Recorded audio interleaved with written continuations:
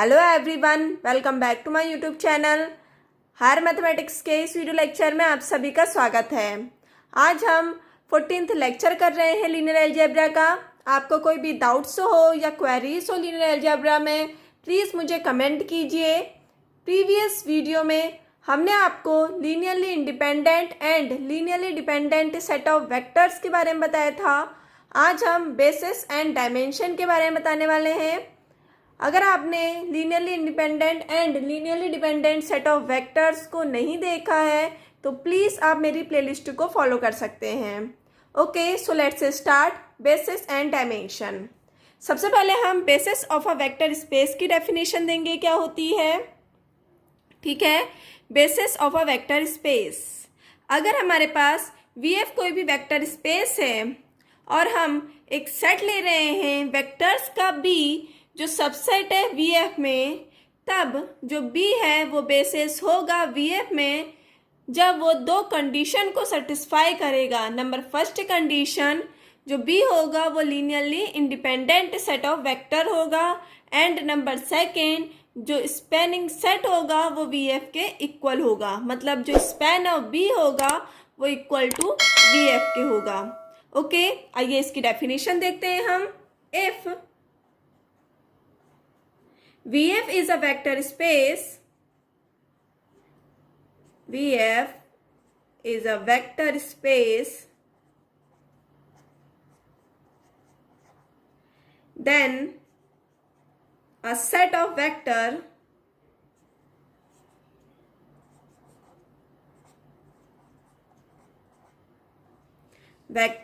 B equal to VF, subset of VF is a basis of VF if number first B is linearly independent,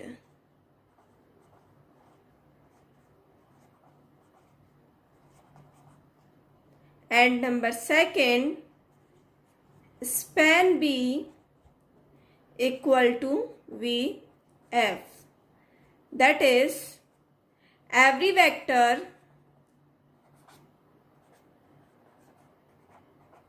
of V is a linear combination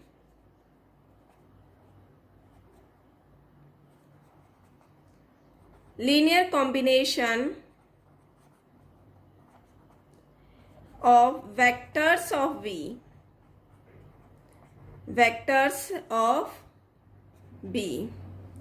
okay, basis of vector space क्या होता है।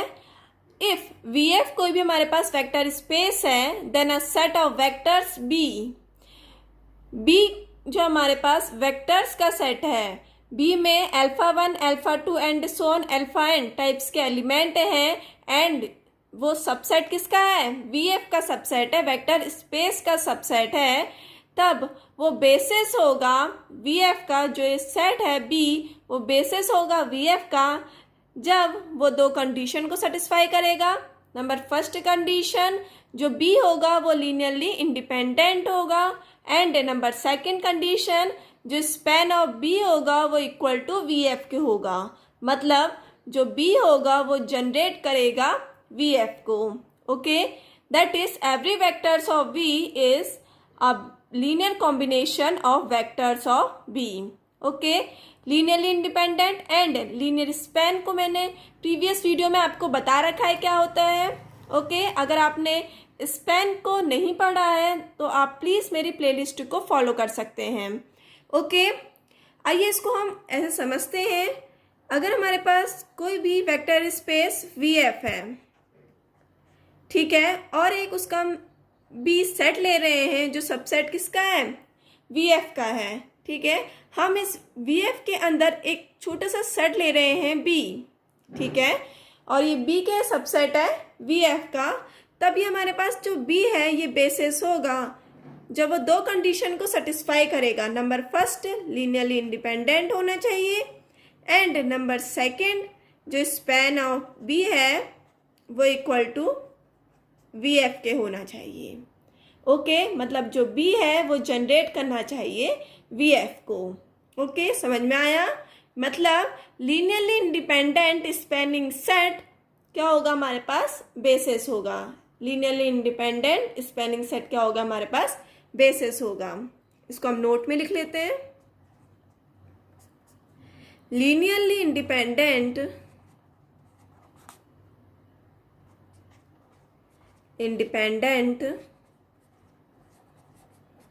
spanning set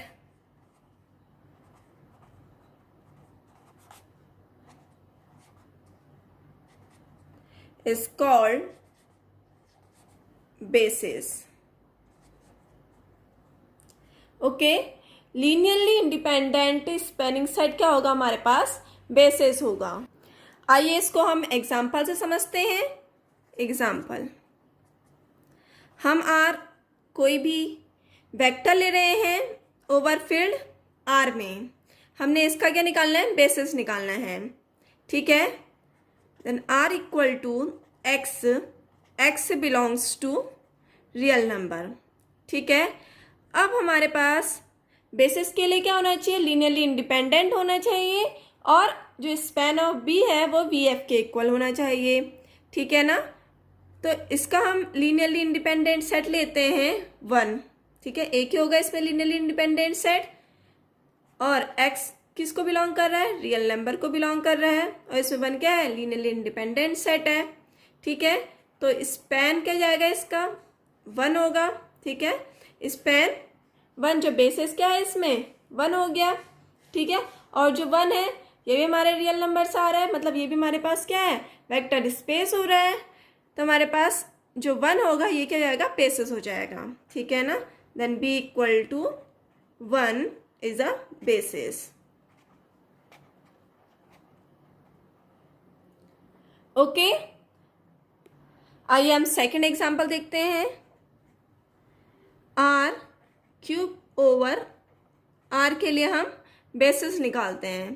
तो b equal to standard basis क्या होंगे r cube के? 1 0 0। ठीक है, 0 0 1 0 1 0 and 0 0 1। ठीक है, ये क्या होंगे हमारे पास? Is a basis of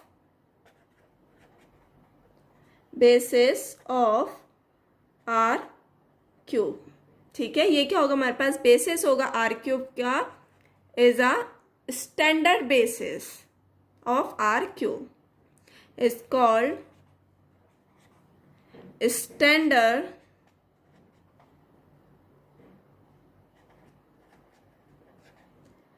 basis of R cube. ठीक है, जो हमारे पास E1 E2 E3 है ये क्या होंगे हमारे पास? स्टैंडर्ड बेसिस होंगे आर क्यूब के ओवरफील्ड आर में। ठीक है ना? आया समझ में? आइए हम सेकंड डेफिनेशन देखते हैं। Finitely generated vector space and finite dimension vector space का।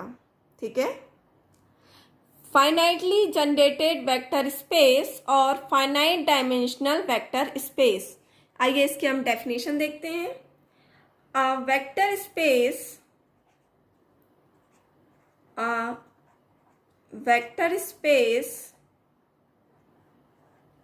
VF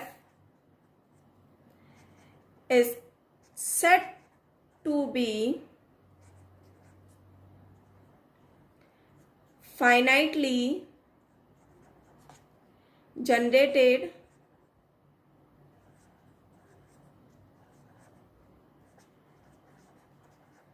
vector space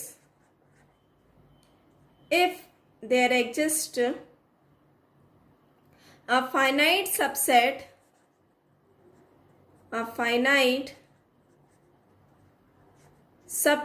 S of V such that linear span of S equal to VF. Okay, आइए इसको हम समझते हैं। अ वेक्टर स्पेस VF जो हमारे पास वेक्टर स्पेस VF है वो फाइनाइटली जनरेटेड वेक्टर स्पेस होगा जब there exist a finite subset S of V में, हमारे पास कोई भी फाइनाइट सबसेट S है V में, तब such that LS equal to VF के होगा। ओके, जो लीनियर स्पैन होगा वो VF के इक्वल होगा। ठीक है ना। अगर हमारे पास vector space VF finitely generated vector space होगा जब हम there exist finite subset S ले रहे हैं, जो सबसेट किसका है, V का सबसेट है, सच दैट जो S होगा वो जनरेट किसको करेगा, VF को जनरेट करेगा, तो उसे हम क्या बोलेंगे, finitely generated vector space. Okay, जो S है सबसेट V का है, तब S जनरेट करेगा VF को, तो उसे हम क्या बोलेंगे, फाइनाइटली डायमेंशनल वेक्टर स्पेस, या linear span of S equal to VF के होगा। ओके, आइए इसका हम एग्जाम्पल देखते हैं। The vector space R Q हम एक वेक्टर स्पेस ले रहे हैं ओवर फील्ड R में। ठीक है, ये क्या होता है, हमारे पास फाइनाइट डायमेंशनल वेक्टर स्पेस होता है। ठीक है, finite dimensional vector space. Okay, जो हमारे पास वेक्टर स्पेस है R3, ठीक है, ओवर अ फील्ड R में, ये क्या होगा, हमारे पास फाइनाइट डायमेंशनल वेक्टर स्पेस। ठीक है, डेफिनेशन समझ में आई फाइनाइट डायमेंशनल वेक्टर स्पेस की। अगर हमारे पास VF कोई भी वेक्टर स्पेस है, तब हम इस VF को फाइनाइटली जनरेटेड वेक्टर स्पेस बोलेंगे जब हमारे पास S कोई भी फाइनाइट सबसेट है V का, तब जो लीनियर स्पैन ऑफ S है वो इक्वल टू VF के होगा। मतलब S जनरेट करेगा VF को, तो उसे हम क्या बोलेंगे, finite dimensional vector space. Okay, अब हम सेकंड डेफिनेशन देखते हैं, dimension of vector space. Dimension of a vector space, आइए इसकी डेफिनेशन देखते हैं हम। The number of element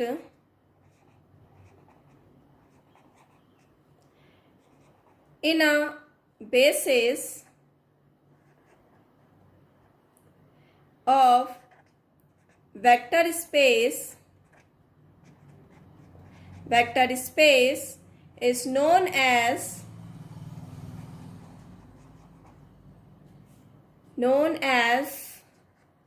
dimension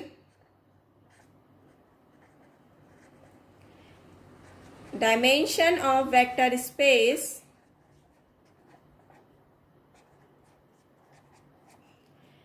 it is denoted by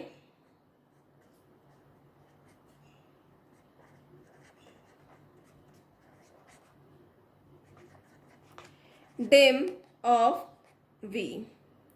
Okay, the number of element in a basis of vector space, basis के number of element वो क्या हो गया हमारे पास, dimension of vector space.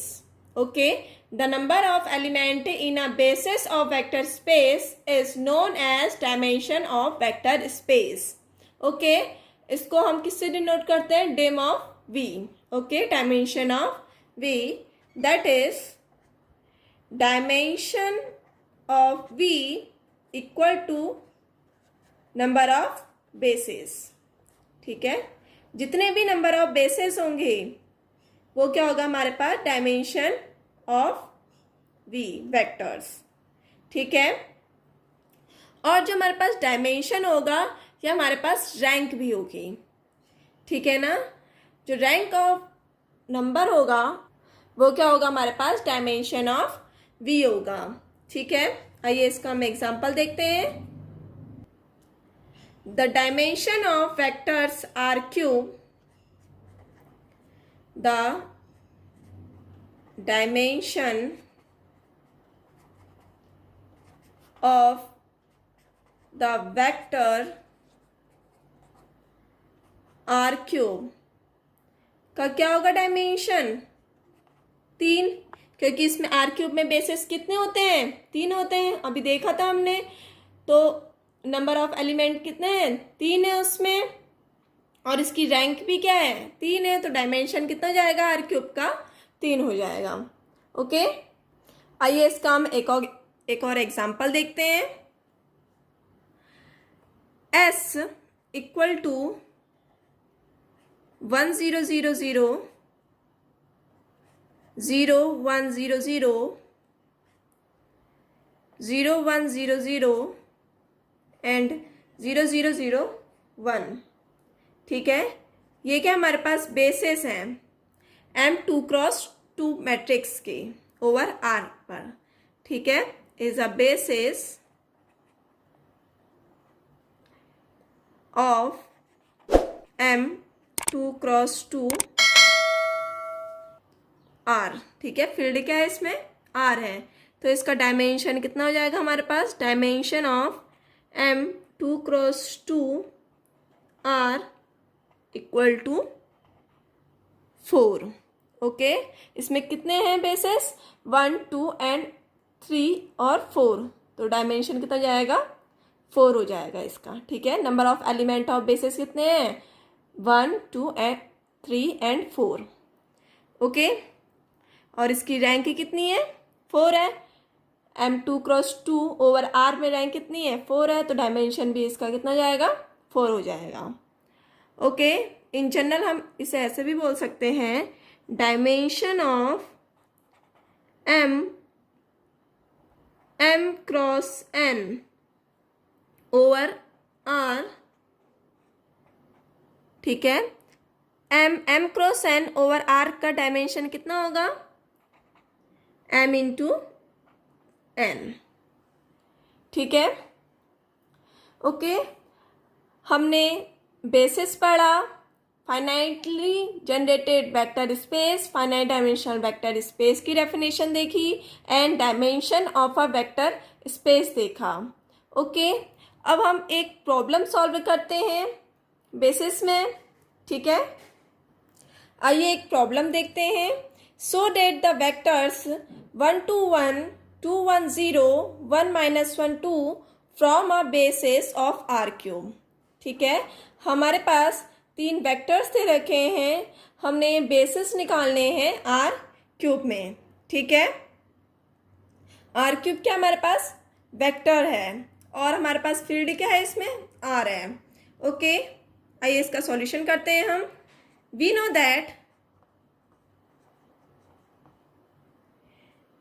That the set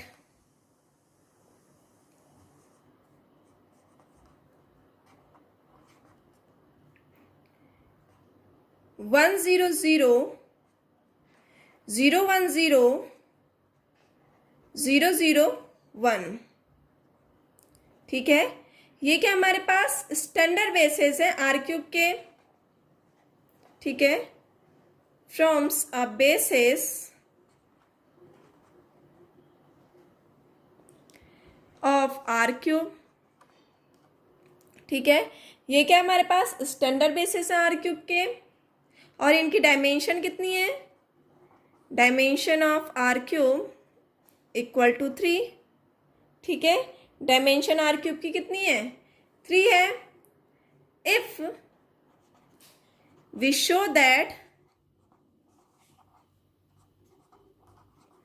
हमें show करना है the set S equal to 1 2 1 2 1 0 1 -1 2 is a linearly independent। Okay, हमें शो करना है, क्योंकि बेसिस के लिए 2 कंडीशन होती है। सेट हमारे पास क्या होना चाहिए? लीनियरली इंडिपेंडेंट होना चाहिए, एंड स्पैनिंग सेट हमारा V को जनरेट करना चाहिए। ठीक है, then this set will also from a basis of R cube. ठीक है, तो हमारे पास ये सेट क्या हो जाएगा? बेसिस हो जाएगा आर क्यूब का। ओके, आइए शो करते हैं इसे linearly independent. We have A1 alpha 1 plus A2 alpha 2 plus A3 alpha 3 equal to 0। ठीक है, लीनियरली इंडिपेंडेंट शो करने के लिए हमने क्या करना होता है, A1 A2 A3 को 0 प्रूफ करना होता है और अल्फा 1 अल्फा 2 अल्फा 3 हमारे पास क्या जाते हैं, लीनियरली इंडिपेंडेंट आ जाते हैं। ठीक है, तो हम स्केलर्स और वेक्टर्स को लीनियर कॉम्बिनेशन के फॉर्म में लिखते हैं और इक्वल टू 0 रखते हैं। Okay, alpha 1 alpha 2 alpha 3 S के एलिमेंट हैं। Alpha 1 1 2 1, alpha 2 2 1 0, alpha 3 1 -1 2। Okay, and A1 A2 A3 क्या हमारे पास स्केलर हैं। ठीक है, तो हम वैल्यू पुट करते हैं अल्फा 1 अल्फा 2 अल्फा 3 की। A1 अल्फा 1 क्या है हमारे पास 1 2 1 प्लस A2 अल्फा 2 है 2 1 0 प्लस A3 अल्फा 3 हमारे पास 1 -1 2 इक्वल टू 0 0 0 वेक्टर। ठीक है ना, मतलब हमारे पास A1 A2 A3 बिलोंग किसको कर रहे हैं, फील्ड को बिलोंग करे, और यहाँ फील्ड क्या है, रियल नंबर है। ठीक है, अब हम इसको सॉल्व करते हैं। सबसे पहले हम इसको टपल वाइज अंदर मल्टीप्लाई करते हैं A1 को, A1 comma twice of A1 comma A1, okay, plus A2 को टपल वाइज मल्टीप्लाई करते हैं, twice of A2 comma A2 comma 0, plus A3 को टपल वाइज मल्टीप्लाई करते हैं, A3 comma minus A3 comma twice of A2, sorry A3। ठीक है, equal to 0 0 0 where A1 A2 A3 belongs to real number. Okay, अब इसको हम tuple wise add करते हैं, फर्स्ट वाले का फर्स्ट वाले के साथ, सेकंड वाले का सेकंड वाले के साथ, एंड थर्ड वाले का थर्ड वाले के साथ। Okay, A1 plus twice of A2 plus A3, okay, comma twice of A1 plus A2 minus A3, comma A1 plus 0 plus twice of A3, okay, equal to 0 0 0। ठीक है, अब हम बाय कंपैरिजन टेस्ट से इसको इसके साथ कंपैरिजन करते हैं। A1 plus A2 plus A3 equal to 0। ठीक है, number second, twice of A1 plus A2 minus A3 equal to 0, okay, A1 plus twice of A3 equal to 0। हमारे पास तीन इक्वेशन आ गई है, फर्स्ट सेकेंड एंड थर्ड। इन तीनों इक्वेशंस को अगर हम सॉल्व करेंगे तो हमारे पास A1 की वैल्यू 0 आएगी, A2 की वैल्यू 0 आएगी एंड A3 की वैल्यू 0 आएगी। ठीक है, आप इन तीन इक्वेशंस को सॉल्व करके देखना, तो A1 A2 A3 की वैल्यू क्या आ जाएगी, हमारे पास 0 आ जाएगी। अगर हमारे पास A1 A2 A3 की वैल्यू 0 आ गई है, ठीक है, जो स्केलर है उनकी वैल्यू 0 आ गई हैं, तो अल्फा 1 अल्फा 2 अल्फा 3 क्या हो गया, हमारे पास लीनियरली इंडिपेंडेंट हो गए हैं। ओके, तो हमारे पास 1 2 1 2 1 0 1 -1 2 क्या आ गया, हमारे पास लीनियरली इंडिपेंडेंट आ गया है। Okay, the equation solving the equation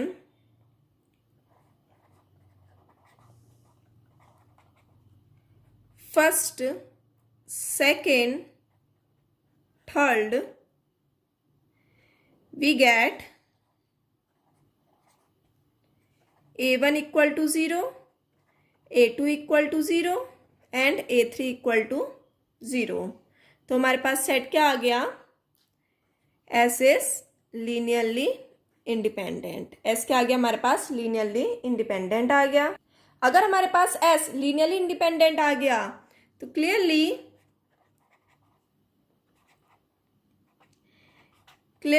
क्या हो गया हमारे पास, लीनियर स्पैन ऑफ एस किसके इक्वल हो गया आर क्यूब के इक्वल हो गया, ठीक है ना। ठीक है, जो लीनियर स्पैन ऑफ एस है वो आर क्यूब के इक्वल हो गया, तो हमारे पास सेट क्या आ गया, बेसिस हो गया आर क्यूब का, ठीक है। Hence basis for R cube का। ओके, आया समझ में। हमने क्या किया, हमारे पास सेट दिया था वेक्टर्स का 1 2 1 2 1 0 1 -1 2 from a basis of R cube हमने निकालना था। तो हमने सबसे पहले क्या करा, स्टैंडर्ड बेसिस लिखे हैं आर क्यूब के, और डायमेंशन क्या हो गया आर क्यूब का 3 हो गया, ठीक है। हमें शो करना है, बेसिस शो करने के लिए क्या होता है हमारे पास, लीनियरली इंडिपेंडेंट होना चाहिए, और दूसरा linear span of S V F के इक्वल होना चाहिए, ठीक है ना। तो हमने क्या करना है, जो हमारे पास अल्फा 1 अल्फा 2 अल्फा 3 तीन एलिमेंट है, इनको लीनियरली इंडिपेंडेंट शो करना है। लीनियरली इंडिपेंडेंट शो करने के लिए हमने A1 और alpha 1 A2 alpha 2 A3 alpha 3 को लीनियर कॉम्बिनेशन के फॉर्म में लिखा है, इक्वल टू 0 वेक्टर कराया है, ठीक है ना। वेयर A1 A2 A3 हमारे फील्ड से आ रहे हैं, और फील्ड क्या है इसमें, आर है, रियल नंबर है, एंड अल्फा 1 अल्फा 2 अल्फा 3 हमारे पास वेक्टर्स हैं एस के, ठीक है ना। तब हमने अल्फा 1 अल्फा 2 अल्फा 3 की वैल्यू पुट कर दी, और A1 A2 A3 को एज इट इज़ रखा, ठीक है। फिर हमने इसको सॉल्व करा, सॉल्व करके हमारे पास A1 A2 A3 की वैल्यू 0 आ जाएगी। अगर हमारे पास सॉल्व करके A1 A2 A3 की वैल्यू 0 आ रही है, तो हमारे पास सेट क्या हो गया, लीनियरली इंडिपेंडेंट हो गया। ओके, अगर हमारे पास सेट लीनियरली इंडिपेंडेंट आ गया, तो हमारे पास जो लीनियर स्पैन होगा वो आर क्यूब के इक्वल होगा। तो हमारे पास क्या आ गया, एस क्या आ गया, बेसिस आ गया आर क्यूब का। ओके, आज की वीडियो में हमने आपको बेसिस एंड डायमेंशन के बारे में बताया एंड एक प्रॉब्लम सॉल्व करी। नेक्स्ट वीडियो में हम आपको एक्सटेंशन थ्योरम के साथ मिलेंगे। एंड अगर आप मेरे चैनल में न्यू हैं तो प्लीज़ मेरे चैनल को सब्सक्राइब कीजिए, एंड आपको आज की वीडियो अच्छी लगी तो प्लीज़ कमेंट कीजिए एंड लाइक कीजिए, एंड प्लीज़ शेयर कीजिए। Thank you.